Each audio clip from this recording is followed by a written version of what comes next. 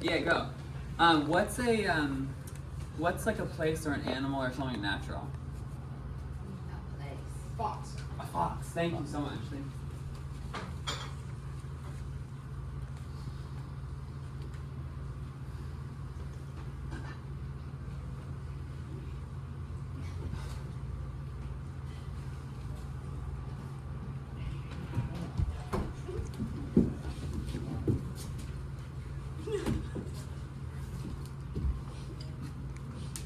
Yes, I'm missing an arm.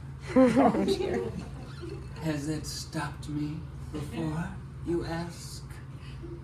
No, it hasn't. If you couldn't tell from the way that I move, my body, I am here.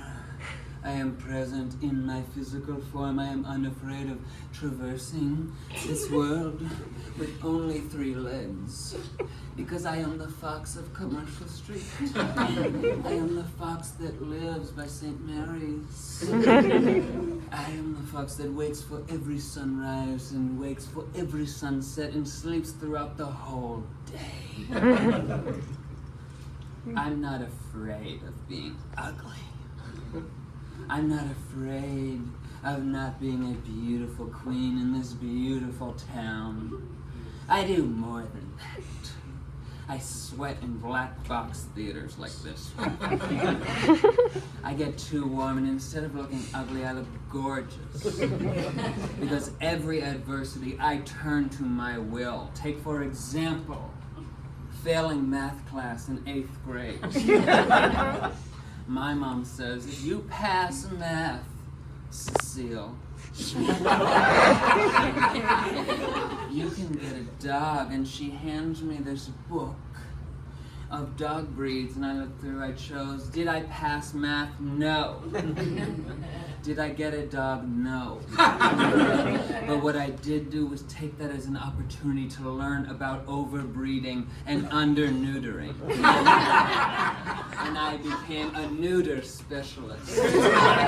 And I would take field trips with my fellows from school, from the 8th grade. We would go down to Arkansas, go down to Florida where they refused to neuter, and we would radically neuter the dogs.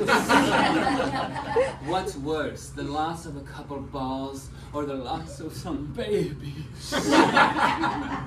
My mother has a sticker on her car that says, who rescued who with the paw? Who rescued who? Another example of adversity turned to joy, turned to power. I lost my toes, as you can see, in a tragic lawn mowing accident. I was interning at the White House. And they said, Cecile, you can't lawn mow with one arm. And I said, watch me. And I couldn't. And I cut my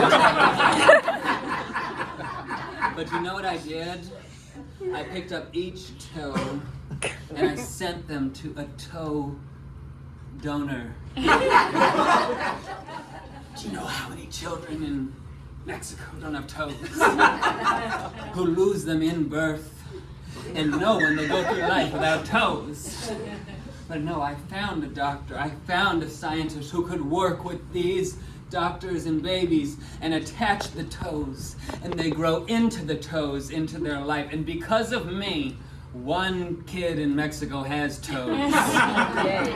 Thank you for the one person who clapped. My final moment of adversity turned into joy. There I was, prom, 1989. Truro.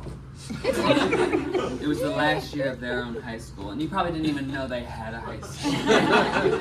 But they did. It was the last year of their high school, and I was going to be prom queen. Everyone said to me, the librarian said to me, I put down my Greek art book that I had been jerking off to, and she said, Cecile, you're gonna be prom queen. And then the custodian, as I was wiping myself off on a locker, he handed me in his rag and he said, Cecile, you're going to be the prom queen. And then we were in, I was in the ice skating rink. Which I'm sure you don't know about either because it's a town secret. and I was cleaning it with my face, and the ice skating custodian said to me, he took off his own blades and went barefoot, and I could feel the heat of his attraction to me burn through the ice and melt the puddle of ice. And he said, Cecile, you're going to be prom queen, and I'm going to take you to Harvard Medical School. Was I prom queen? No. Damn Rebecca Orchant was. As she always beat me in everything. I was the one who wanted to open Slop and Crutch, the restaurant. And no, she goes ahead and opened Pop and Dutch. I was the one who wanted to have boobs and shake them at a strip show. And no, she goes and does it first, and then she became prom queen. And I sat in the shadows like a fucking fool. And I thought to myself, this is it. This is the moment I can't get up. This is the last blow that did me in, where I'm done. I'm too tired of constantly having to drag myself up with one arm. Do you know how hard it is to stand with one arm? When this one is asleep? Can I do it? Can I get up is what I asked myself. Can I finally stand up? And then the thought hit me. I stood on my knees, and I looked outside and I saw my mom's van, because she was the chaperone. She was always the chaperone. And I saw her van, and I saw the sticker on the side of the van that said, "Who rescued who?"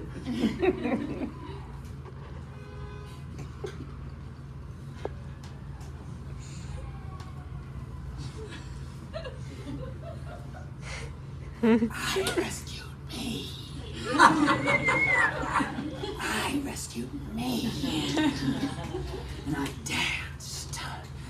danced around Rebecca Orchant. I danced around her crown. And my dancing was so beautiful that no one looked at her. I was the true queen. I was the queen of that prom. And she sat on the floor and she started to cry, and I started to laugh. And I knew that like a phoenix fox, I rose from those ashes of my own defeat. If you can rise out of your own shit, you can rise out of anything. And let me tell you, I shit all the time. And let me tell you, like Maya Angelou, I rise. Thank you so much. Yes.